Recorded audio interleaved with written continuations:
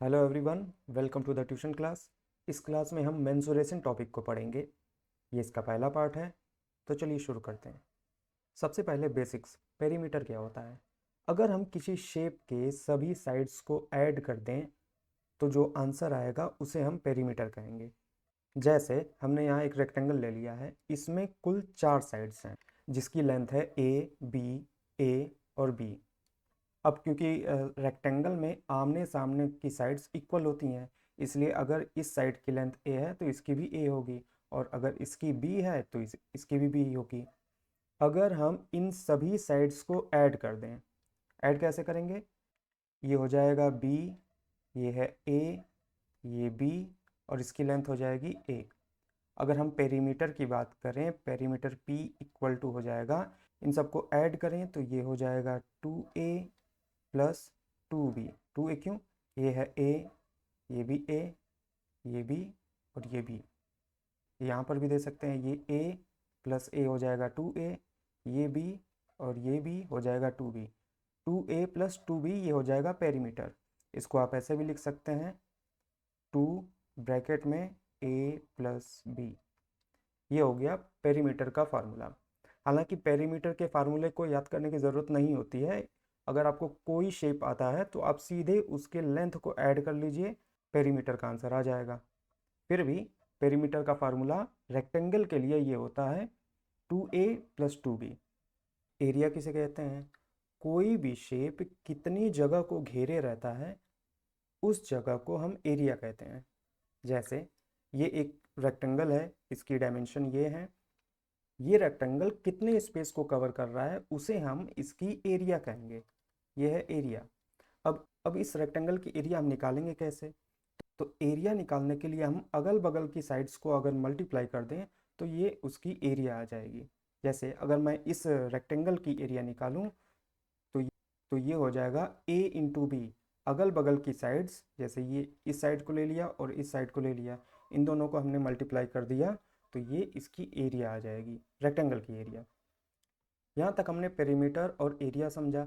अब हम अलग अलग शेप में देखेंगे कि उनकी एरिया या पेरीमीटर हम कैसे निकाल सकते हैं। जैसे हम शुरुआत करते हैं रेक्टेंगल से। रेक्टेंगल को ही अभी हमने सॉल्व किया है। अगर हम इन तो इसके अगर पेरीमीटर की बात करें तो पेरीमीटर होगा 2a प्लस 2b। बेसिकली हम सारे साइड्स को ऐड कर लेते हैं। रेक्टेंगल में आमने सामने की साइड इक्वल होती हैं, तो अगर ये साइड a है तो ये भी a होगी, और अगर ये साइड b है तो उसके सामने वाली साइड भी b होगी। इन सब को ऐड कर देंगे तो हो जाएगा हमारा पेरीमीटर, और एडजेसेंट साइड को अगर मल्टीप्लाई कर देंगे तो हो जाएगा एरिया। तो एरिया का फार्मूला हो जाएगा a मल्टीप्लाई b। अगर हम स्क्वायर की बात करें तो स्क्वायर में चारों साइड इक्वल होती हैं, ठीक है। तो अगर हम इसके पेरीमीटर की बात करें तो इसका पेरीमीटर हो जाएगा a plus a plus a plus a, यानी 4a। और इसके एरिया की बात करें तो एडजेसेंट साइड, यानी इसको ले लें और इसको ले लें, अगर a मल्टीप्लाई a कर दें यानी इसका एरिया हो जाएगा ए स्क्वायर, ठीक है। इसका पेरीमीटर हो जाएगा 4a और एरिया हो जाएगा ए स्क्वायर। यहाँ पर हमने एक रेक्टेंगल ले रखा है जिसकी एक साइड b है और एक साइड h है। अगर हम इस रेक्टेंगल की एरिया निकालें तो ये हो जाएगा b इंटू एच। अगर हम इस रेक्टेंगल को बीच में से दो हिस्सों में डिवाइड कर दें तो क्या होगा? ये एरिया हाफ हाफ स्प्लिट हो जाएगी। कहने का मतलब, हमने अगर उसको बीच में से डिवाइड कर दिया तो आधा एरिया एक फिगर में चला गया और आधा एरिया एक फिगर में आ गया, और वो फिगर जो पहले रेक्टेंगल था, डिवीज़न के बाद ये क्या हो गया है? ट्राइंगल में कन्वर्ट हो गया है। तो अगर हम हर एक ट्राइंगल के एरिया की बात करें तो ये पहले एरिया का जो कि रेक्टेंगल का एरिया था उससे हाफ हो जाएगा, क्योंकि हमने रेक्टेंगल को ही बीच में से स्प्लिट कर दिया है, यानी हाफ हाफ डिवाइड कर दिया है, तो एरिया भी हाफ हाफ डिवाइड हो जाएगा। जिससे हम ये कह सकते हैं कि ट्राइंगल की एरिया होगी half b into h. B को हम कहेंगे बेस, एच को कहेंगे हाइट। तो ट्राइंगल की एरिया हो जाएगी half into base into height. और अगर हम इसके पेरीमीटर को निकालें तो पेरीमीटर के लिए इसकी थर्ड साइड मान लीजिए हमने डी मान ली, तो पेरीमीटर हो जाएगा h b d. Basically perimeter के फार्मूलों को याद करने की ज़रूरत नहीं होती है, बस आप साइड देखिए, उनको ऐड करिए, पेरीमीटर का आंसर आ जाएगा। ट्रायंगल का एरिया निकालने में एक कन्फ्यूज़न होती है कि किस साइड को हम बेस लेंगे और उसके करस्पॉन्डिंग हाइट क्या होगी। तो जैसे इस पहले फिगर में देखते हैं, अगर मैं इसे बेस लेता हूँ, इस साइड को अगर बेस लूँ, तो इसके अपोजिट साइड जो ट्रायंगल का टिप टिप टिप का पार्ट है, वहाँ से इस बेस पे हम एक परपेंडिकुलर खींचेंगे। परपेंडिकुलर क्या होता है कि जो इस बेस से 90 डिग्री का एंगल बनाए, तो इस लेंथ को हम हाइट कहेंगे। ठीक, अब दूसरे फिगर में देखते हैं, अगर मैं इसे बेस लूँ, ये अगर बेस इसे लूँ, तो इसके अपोजिट टिप कौन सी है, ये है। यहाँ से परपेंडिकुलर खींचेंगे तो ये खुद ही एक परपेंडिकुलर है, क्योंकि ये राइट एंगल ट्रायंगल है, तो ये लेंथ हो जाएगी हाइट। अच्छा, इस फिगर में देखें, अगर मैं इसे बेस लूँ, इस लेंथ को अगर मैं बेस मानूँ, तो इसके अपोजिट टिप कौन सा है, ये। यहाँ से हम इस बेस पर एक परपेंडिकुलर ड्रॉ करेंगे ये, तो ये लेंथ हो जाएगी इसकी हाइट। अच्छा, अब इस फिगर में देखें, इस फिगर में अगर मैं इसे बेस मानता हूँ, बेस, तो अब और टिप है इसके अपोजिट ये, तो ये तो परपेंडिकुलर ड्रॉ यहाँ पे करेगा, इसको मैं एक्सटेंड करता हूँ यहाँ पे, और ये ड्रॉ करेगा यहाँ पे परपेंडिकुलर, तो ये हो जाएगी इसके लिए एच। अगर मैं इस पर्टिकुलर इस फिगर की बात करूं, अगर बेस मेरा है 5 और हाइट हो गई 10, तो इसका जो एरिया हो जाएगा half into base into height, तो 2 5 ज़ा 10, ये हो जाएगा 25 सेंटीमीटर स्क्वायर। अगर ये मैं सेंटीमीटर में लेता हूँ, तो ये इसका एरिया हो जाएगा। ठीक है, तो हाइट और बेस का कन्फ्यूज़न नहीं होना चाहिए। जो बेस आप चूज़ कर रहे हैं, उसके अपोजिट साइड यानी ट्रायंगल के दूसरे टिप से उस बेस पे एक परपेंडिकुलर ड्रॉ करिए, वो आपकी हाइट हो जाएगा। अब हमने फिर से वही रेक्टेंगल ले लिया, जिसकी एक साइड बी है और एक साइड एच है। अगर हम इसके एरिया की बात करें, तो इसका एरिया होगा बी इंटू एच। अब हम क्या करते हैं कि इस रेक्टेंगल में एक छोटा सा हिस्सा कट करते हैं और उसे उसी ही रेक्टेंगल में पीछे से ऐड कर देते हैं। हमने कुछ नहीं किया, बस एक हिस्सा कट किया, फिर से उसे ऐड कर दिया। एरिया में कोई चेंज नहीं होगा, क्योंकि कोई भी हिस्सा न तो इसमें से बाहर गया है, न तो इसमें ऐड हुआ है। बस क्या हुआ है कि शेप चेंज हो गया है। इस शेप को कहते हैं पैरेललोग्राम। इसके एरिया का फार्मूला हो जाएगा बी इंटू एच, यानी बेस इंटू हाइट। अगला शेप है सर्कल। सर्कल के सेंटर से उसके सर्कमफेरेंस के डिस्टेंस को रेडियस कहते हैं, जिसको स्मॉल आर से डिनोट करते हैं। अगर हम सर्कल के एरिया की बात करें, तो उसका फार्मूला होता है पाई आर स्क्वायर, और इसके पेरीमीटर की बात करें तो उसका फार्मूला होगा 2 पाई आर। यहाँ पर पाई क्या है, पाई एक कांस्टेंट है जिसकी वैल्यू होती है 3.14 या बाई 22/7। आप दोनों वैल्यू रख सकते हैं, जहाँ जैसी नीड होती है। वैसे ज़्यादातर यही यूज़ होता है 22/7, कैलकुलेशन ईजी हो जाती है इससे। अगर हम रेडियस को डबल कर दें, तो उसे हम कहेंगे डायमीटर, तो डायमीटर का फार्मूला हो जाएगा 2r। अगर हम सर्कल को हाफ कर दें, तो उसे हम कहेंगे सेमी सर्कल। ठीक है, अब हम इसमें देखते हैं कि इसका एरिया कितना होगा और इसका पेरीमीटर कितना होगा। तो एरिया तो आप डायरेक्ट बोल सकते हैं कि एरिया हाफ हो जाएगी, तो एरिया का फार्मूला हो जाएगा हाफ पाई आर स्क्वायर। अब सेमी सर्कल का पेरीमीटर कितना होगा, देखिए सर्कल का पूरा चक्कर लगाने में हमें कितनी डिस्टेंस चलनी पड़ रही है, पूरा चक्कर लगाने में हमें चलना पड़ रहा है 2 पाई आर डिस्टेंस। तो इसका आधा चलने के लिए, यानी यहाँ से अगर मैं यहाँ तक चलूँ, तो यहाँ तक चलूँगा तो 2 पाई आर का आधा, यानी हमें पाई आर चलना पड़ेगा। लेकिन सेमी सर्कल में ये डिस्टेंस भी होती है, ये डिस्टेंस।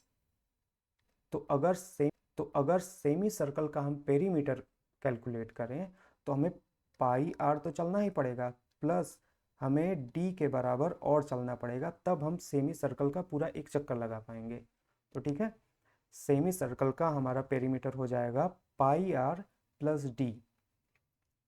यहाँ पर हमारा थियोरी कंप्लीट होता है। अब हम कुछ क्वेश्चन करेंगे। पहला क्वेश्चन है a square and a rectangular field with measurement as given in the figure have the same perimeter. इसमें लिखा है कि इन दोनों का पेरीमीटर सेम है। Which field has a greater area.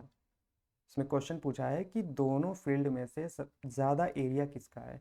तो एरिया ये तो स्क्वायर है, क्योंकि लिखा है कि पहला एक स्क्वायर है एक रेक्टेंगल है, तो इसका एरिया तो हम ऐसे ही निकाल लेंगे। अगर इसकी एक साइड 60 मीटर है तो सारी साइड 60 मीटर होगी, और एरिया निकालने के लिए हम क्या करेंगे, दो साइड का मल्टीप्लिकेशन कर देते हैं। तो ये हो जाएगा इसका area equal to 60 metre multiply 60 metre, तो ये हो जाएगा 3600 मीटर स्क्वायर, क्योंकि मीटर और मीटर भी मल्टीप्लाई होगा तो metre metre metre multiply metre metre square. और अगर हम इस रेक्टेंगल की एरिया निकालें तो हमें दो साइड चाहिए होती हैं एरिया निकालने के लिए। इसमें केवल एक साइड दिया है, तो ये 80 है तो ये 80 हो जाएगा, लेकिन एरिया निकालने के लिए हमें एडजेसेंट साइड चाहिए, मतलब पास पास की साइड का मल्टीप्लिकेशन करना होता है। तो यहाँ पर हम मान लेते हैं कि ये h है। अब इस रेक्टेंगल की एरिया निकालने के लिए हमें ये h चाहिए, और ये हमें मिलेगा कैसे। यहाँ पर देखिए, यहाँ पर क्वेश्चन में दे रखा है कि इन दोनों का पेरीमीटर सेम है, तो हम वहाँ से h निकाल सकते हैं। जैसे अगर मैं स्क्वायर की बात करूँ, स्क्वायर का पेरीमीटर इक्वल है रेक्टेंगल के पेरीमीटर के, ठीक है। तो हम स्क्वायर का पेरीमीटर निकालते हैं। स्क्वायर की एक साइड अगर 60 मीटर है तो सारी साइड कितने की हो जाएंगी, 60 60 60, मतलब हम लिखेंगे 60 प्लस 60 प्लस 60 प्लस 60, क्योंकि स्क्वायर के सारे साइड इक्वल होते हैं, तो अगर एक की वैल्यू 60 है तो चारों साइड की 60 ही होगी। और रेक्टेंगल का पेरीमीटर कितना होगा, 80 plus 80 plus H plus H, यही होगा। तो मैं लिख देता हूँ H plus H plus 80 plus 80, ठीक है।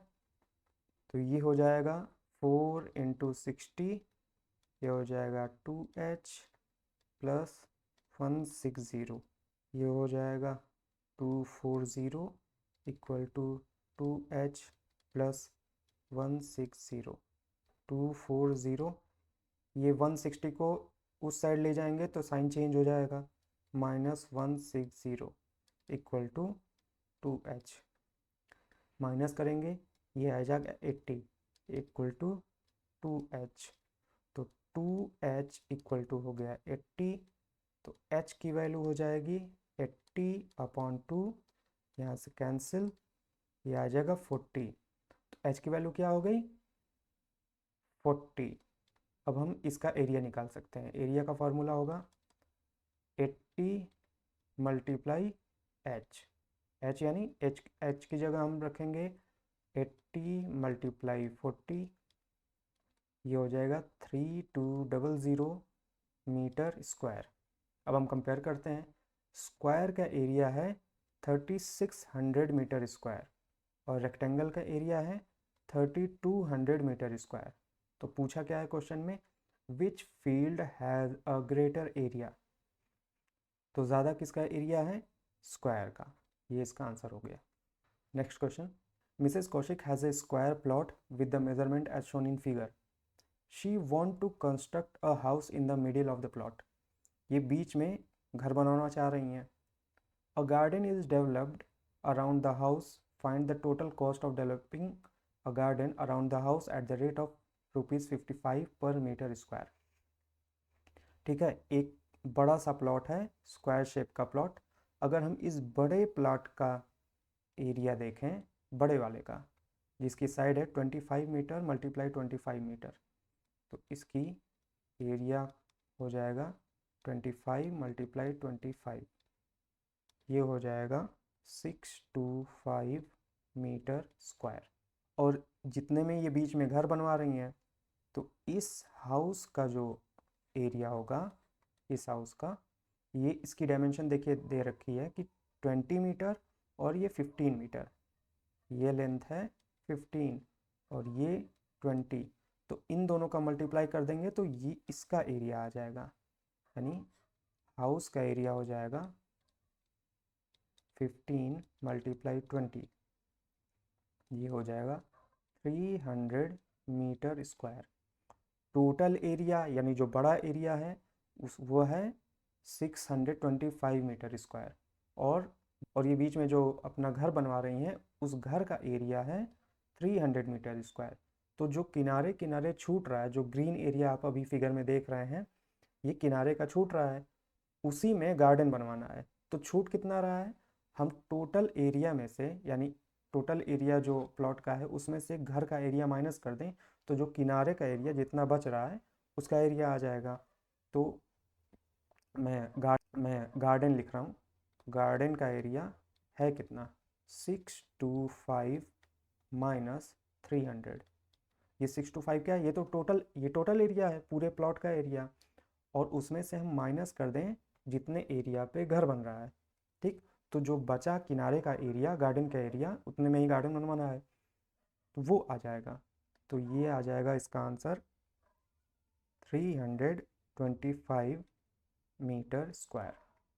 तो गार्डन जो बनाना है उसका जो टोटल एरिया है 325 मीटर स्क्वायर, और जो लेबर चार्ज है या गार्डन बनवाने का जो चार्ज है वो है 55 पर मीटर स्क्वायर। यानी हर 1 मीटर स्क्वायर पे उन्हें चार्ज कितना पे करना पड़ेगा, 55 रुपीज़। और टोटल आपके पास एरिया कितना है, 325 मीटर स्क्वायर। यानी 1 मीटर स्क्वायर की जो कॉस्ट है ये 55 रुपीज़ है। ये क्वेश्चन में दे रखा है 1 मीटर स्क्वायर की कॉस्ट है 55 रुपीज़। तो 325 मीटर स्क्वायर की कॉस्ट कितनी होगी, हम क्या करेंगे 55 में मल्टीप्लाई करेंगे 325 को, तो इसका आंसर आएगा 17875 रुपीज़, 17,875 रुपीज़ ये टोटल कॉस्ट आएगी जो गार्डन को कंस्ट्रक्ट करने के लिए।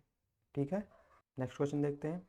The shape of a garden is rectangular in the middle and semi circular at the end as shown in the diagram. Find the area and perimeter of this garden. एक garden है जिसके बीच में rectangular shape है और किनारे semi circular है, dimension दे रखी है। अब यहाँ अगर हम रेक्टेंगुलर पार्ट को देखें तो इस साइड की लेंथ तो दे रखी है 7 मीटर, हमें चाहिए ये साइड चाहिए, और इस साइड की डायरेक्ट नहीं दे रखी है, पूरे गार्डन की दे रखी है। अगर हम इस सेमी सर्कल की बात करें तो यहाँ पर देखिए इसका डी दे रखा है, डी मतलब डायमीटर दे रखा है, डायमीटर दे रखा है कितना 7 मीटर, और डायमीटर होता कितना है 2r, यानी रेडियस का डबल होता है डायमीटर। यहाँ भी देखिए ये भी r है, ये भी r है, और आप ध्यान से देखिए ये भी r है, क्योंकि जो सेंटर होता है वहाँ से सरकमफेरेंस रेडियस के ही डिस्टेंस पे होता है। तो अगर हम r की बात करें कि r कितना है, 2r इक्वल टू 7 मीटर, तो r हो जाएगा 7/2 मीटर या फिर 3.5 मीटर। तो आप यहाँ से ये देख पा रहे हैं कि ये डिस्टेंस है 3.5 मीटर, ऐसे ही ये डिस्टेंस होगी 3.5 मीटर, और ये पूरा डिस्टेंस है 20 मीटर। तो इसमें से 3.5 इधर निकल गया, 3.5 इधर निकल गया, तो ये डिस्टेंस कितनी होगी, ये डिस्टेंस होगी 3.5 3.5 हो जाएगा 7, और 20 में से अगर 7 माइनस कर देंगे तो ये हो जाएगा 13 मीटर। ये इस सेमी सर्कल का रेडियस है, इसको हमने माइनस कर दिया इधर से भी और इधर से भी, तो इस रेक्टेंगल की ये साइड आ गई हमारी 13 मीटर। तो अब इस रेक्टेंगल का एरिया निकल जाएगा, क्योंकि एक साइड है इसकी 7, एक साइड 13, तो इसका एरिया हो जाएगा 13 7 91 मीटर स्क्वायर। तो ये तो रेक्टेंगल का एरिया हो गया। अब इस सेमी सर्कल का एरिया कितना, अब इस सेमी सर्कल का एरिया निकालें। इसका एरिया होगा सेमी सर्कल का हाफ पाई आर स्क्वायर। मैं इसको यहाँ पे निकालता हूँ, हाफ पाई की वैल्यू होगी 22/7, आर की वैल्यू मैं ये रख रहा हूँ 7/2, 7/2 मल्टीप्लाई 7/2, क्योंकि आर स्क्वायर है। अब क्या करेंगे, इस 2 से इस 22 को काटेंगे, आएगा 11, 7 से 7 जाएगा, ये आ जाएगा 11 7 जा 77/4। इसको आप डिवाइड करेंगे तो आएगा 19.25 मीटर स्क्वायर। ये इसका एरिया है, किसका, सेमी सर्कल का। इसका एरिया है 19.25 मीटर स्क्वायर। अगर इस सेमी सर्कल का एरिया इतना है तो इसका भी होगा 19.25 मीटर स्क्वायर, और इस रेक्टेंगल का है 91 मीटर स्क्वायर। सबको ऐड कर देंगे तो हमारा टोटल जो गार्डन का एरिया है वो एरिया आ जाएगा। तो ऐड करें, टोटल एरिया इक्वल टू होगा 91 प्लस 19.25 प्लस 19.25। इसको ऐड करने पे आएगा 129.5 मीटर स्क्वायर। तो ये तो हो गया एरिया पूरे गार्डन का। अगर हम इसके पेरीमीटर की बात करें तो पेरीमीटर को कैसे कैलकुलेट करेंगे। पेरीमीटर को कैलकुलेट करने का सबसे अच्छा तरीका होता है कि आप इसके बाहर बाहर चलना शुरू कर दीजिए, मतलब इसके बाहरी ट्रैक पे चलना शुरू कर दीजिए और आप उस डिस्टेंस को ऐड करते जाइए, आपका पेरीमीटर कैलकुलेट हो जाएगा।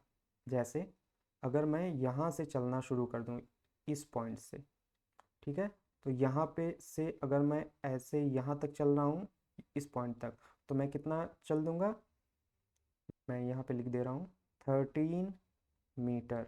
ठीक, फिर यहाँ से हम फिर ये चक्कर लगाएंगे यहाँ तक, सर्कल का आधा चक्कर लगाएंगे। तो सर्कल का एक चक्कर होता है 2πr, सर्कल का एक चक्कर होता है 2πr, और यहाँ हम चल रहे हैं सर्कल का आधा, तो ये हम चलेंगे πr, क्योंकि सर्कल का एक चक्कर होता है 2πr। तो हम चल कितना रहे हैं, केवल आधा, यहाँ से यहाँ तक। फिर यहाँ से हम चलेंगे यहाँ 13 मीटर यहाँ तक, फिर ऐड करेंगे 13, और फिर यहाँ से हम चलेंगे सेमी सर्कल यहाँ तक, और हमने जहाँ से स्टार्ट किया था हम वहाँ पहुँच जाएंगे, पूरा एक सर्कल कंप्लीट हो जाएगा। ये भी वही होगा जो यहाँ था, πr प्लस πr। इस πr को हम अलग से कैलकुलेट कर लेते हैं। पाई की वैल्यू हो जाएगी 22/7 और r हो जाएगा 7/2। r की वैल्यू है 7/2, 7 से 7 कैंसिल, 2 से ये 22 कटा और आएगा 11। तो पाई आर की वैल्यू है 11। तो अब यहाँ रख देते हैं 13 प्लस पाई आर की वैल्यू है 11 प्लस 13 प्लस 11, सबको ऐड करेंगे तो आएगा 48 मीटर। ये इसका पेरीमीटर हो जाएगा, कितना, 48 मीटर, और टोटल एरिया है 129.5 मीटर स्क्वायर। नेक्स्ट क्वेश्चन देखते हैं। A flooring tiles has the shape of parallelogram whose base is 24 centimetre. एक टाइल्स है जिसका शेप पैरेललोग्राम के जैसा है, जिसका बेस की लेंथ दे रखी है 24 centimetre, and the corresponding height is 10, और इसकी हाइट दे रखी है 10। ये जो हाइट है यानी h की वैल्यू दे रखी है 10। How many such tiles are required to cover a floor of area 1080 metre square. एक बड़ा सा एरिया है जो कि इतना है 1080 मीटर स्क्वायर, और उसमें इस शेप की टाइल्स लगानी है। तो इसमें पूछा है कि टोटल कितने टाइल्स लग जाएंगे।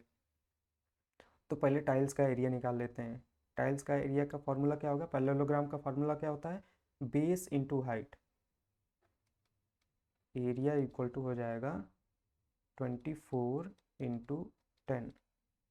ये अब इसमें देखिए ध्यान रखना है कि यूनिट भी क्या है, सेंटीमीटर।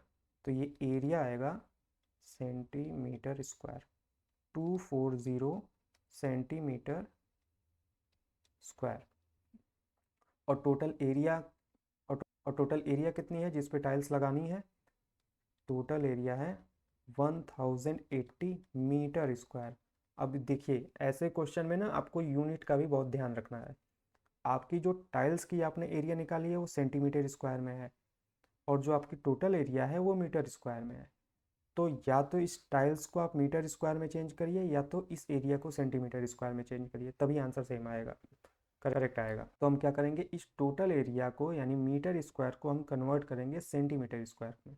कैसे करेंगे देखिए, यह है 1080 मीटर मल्टीप्लाई मीटर। ठीक, मीटर 2 बार मल्टीप्लाई होता है तब जाके आता है मीटर स्क्वायर। अब इस मीटर को हम चेंज करेंगे सेंटीमीटर में। देखिए 1080 मल्टीप्लाई 1 मीटर इक्वल टू होता है 100 सेंटीमीटर। तो हम 1 मीटर की जगह क्या लिख सकते हैं, 100 सेंटीमीटर। तो इस 1 मीटर की जगह हम लिखेंगे 100 सेंटीमीटर, और इस मीटर की जगह भी हम लिखेंगे 100 सेंटीमीटर। अब ये हो जाएगा 1080 मल्टीप्लाई 100 मल्टीप्लाई 100। अब ये हो गया सेंटीमीटर स्क्वायर। ये सेंटीमीटर मल्टीप्लाई होगा इस सेंटीमीटर से, सेंटीमीटर स्क्वायर। तो ये टोटल एरिया आपका हो गया 1080 00 और 00 सेंटीमीटर स्क्वायर। टोटल एरिया आपका इतना सेंटीमीटर स्क्वायर है, और जो आपकी एक टाइल्स का एरिया है 240 सेंटीमीटर स्क्वायर है। अगर हम इस नंबर को, टोटल एरिया को, एक टाइल्स के एरिया से डिवाइड कर दें तो हमें नंबर ऑफ टाइल्स आ जाएगा। ठीक है, तो डिवाइड करते हैं, number of tiles equal to 1080 1 2 3 4 40 divided by 240। देखिए ऊपर भी सेंटीमीटर स्क्वायर है और नीचे भी सेंटीमीटर स्क्वायर है, तो यहाँ से यूनिट कैंसिल हो गई। इसीलिए जो आंसर आएगा आपका नंबर में, उसकी कोई यूनिट नहीं होगी, क्योंकि यूनिट क्या हो गई, यहाँ से कैंसिल हो गई। इसको अगर सॉल्व करेंगे तो आंसर आएगा आपका 45,000। देखिए इसकी कोई यूनिट नहीं होगी क्योंकि ये नंबर है, गिनती है, इतने टाइल्स लगेंगे। और यूनिट क्यों नहीं आई, क्योंकि देखिए यहाँ पे यूनिट कैंसिल हो गई है। तो ये आपका आंसर हो गया। Next question, an ant is moving around a few food pieces of different shapes scattered on the floor. For which food piece would the ant have to take a longer round? इसका कहने का मतलब ये है कि एक चींटी जो है वो चल रही है इनके चारों तरफ, तो किस शेप में उसे ज़्यादा चलना पड़ेगा। बेसिकली यहाँ पे पेरीमीटर पूछा जा रहा है कि किस शेप का पेरीमीटर ज़्यादा है। बस आप पेरीमीटर कैलकुलेट कर लीजिए, जिसका ज़्यादा होगा वही आंसर हो जाएगा। ये है एक सेमी सर्कल। सेमी सर्कल का जो ये दे रखा है, ये लेंथ है डी, डी फॉर डायामीटर, और डायामीटर का हाफ कर देंगे तो रेडियस आ जाएगा। ये है रेडियस, तो डायमीटर का हाफ करेंगे, डायमीटर है 2.8, तो इसका रेडियस हो जाएगा 1.4। ठीक, 1.4 इधर भी, 1.4 इधर भी, ये रेडियस हो गया। अब अगर हम इसको पूरा एक राउंड का चक्कर लगाना है तो हम ये चलेंगे पहले पाई आर। पाई आर क्यों, क्योंकि पूरे सर्कल का पेरीमीटर होता है 2 पाई आर, हाफ सर्कल का होगा पाई आर, और उसके बाद इसमें डी को भी ऐड करेंगे तभी ये पूरा चक्कर लगेगा। तो ये हो जाएगा पाई आर प्लस डी। पाई की वैल्यू 22/7, आर क्या है 1.4 प्लस डी। तो पाई आर की वैल्यू हो जाएगी, 7 से ये कटेगा 0.2 टाइम्स, और इसकी वैल्यू आ जाएगी 4.4 प्लस डी को भी ऐड कर लें इसमें, डी है 2.8 पाई आर प्लस डी, 4.4 2.8, इसको ऐड करेंगे, ये हो जाएगा 7.2 सेंटीमीटर। ये तो इसका हो गया पेरीमीटर 7.2 सेंटीमीटर। दूसरे फिगर का देख लेते हैं पेरीमीटर। तो देखिए ये 2.8 है तो इसकी भी लेंथ हो जाएगी 2.8 सेंटीमीटर। ये 1.5 है तो ये भी हो जाएगा 1.5 मीटर। तो यहाँ से अगर हम चलना शुरू करें तो इधर चलेंगे 1.5, यहाँ तक 1.5, फिर इधर आएंगे 2.8 और फिर यहाँ पे आएंगे 1.5। तो उतने तक का तो डिस्टेंस हो जाएगा 1.5 प्लस 2.8 प्लस 1.5। और इस कर्व का हमने अभी निकाला है, ये कर्व का कितना है पाई आर। पाई आर की वैल्यू हम देखिए निकाले हैं 4.4 पाई आर की वैल्यू। तो उसको भी ऐड करेंगे प्लस पाई आर की वैल्यू, इसको हम 4.4 ही लिखते हैं। इन सबको ऐड करेंगे तो यह आ जाएगा 10.2 सेंटीमीटर। ठीक, इस फिगर में। नेक्स्ट फिगर को देखते हैं। इस फिगर को पूरा एक चक्कर लगाने के लिए आपको मान लीजिए यहाँ से शुरू करते हैं तो 2 सेंटीमीटर चलना पड़ेगा इधर, फिर 2 सेंटीमीटर इधर यहाँ तक, और फिर इसका सेमी सर्कल का ये, और ये डिस्टेंस है कितना पाई आर। ठीक है, तो इसको भी ऐड करते हैं 2 + 2 प्लस पाई आर की वैल्यू कितना है 4.4। हम जब यहाँ एक बार पाई आर निकाल लिए हैं तो वही वैल्यू बार बार रखेंगे। तो ये हो जाएगा 8.4 सेंटीमीटर। तो फर्स्ट फिगर में आया है आंसर 7.2 सेंटीमीटर, सेकेंड फिगर में आया है 10.2 सेंटीमीटर, और थर्ड फिगर में आया है 8.4 सेंटीमीटर पेरीमीटर। तो सबसे ज़्यादा जो डिस्टेंस है वो सेकेंड फिगर का है 10.2 सेंटीमीटर। ठीक है, तो ये क्लास यहाँ ख़त्म होती है। मिलते हैं नेक्स्ट क्लास में।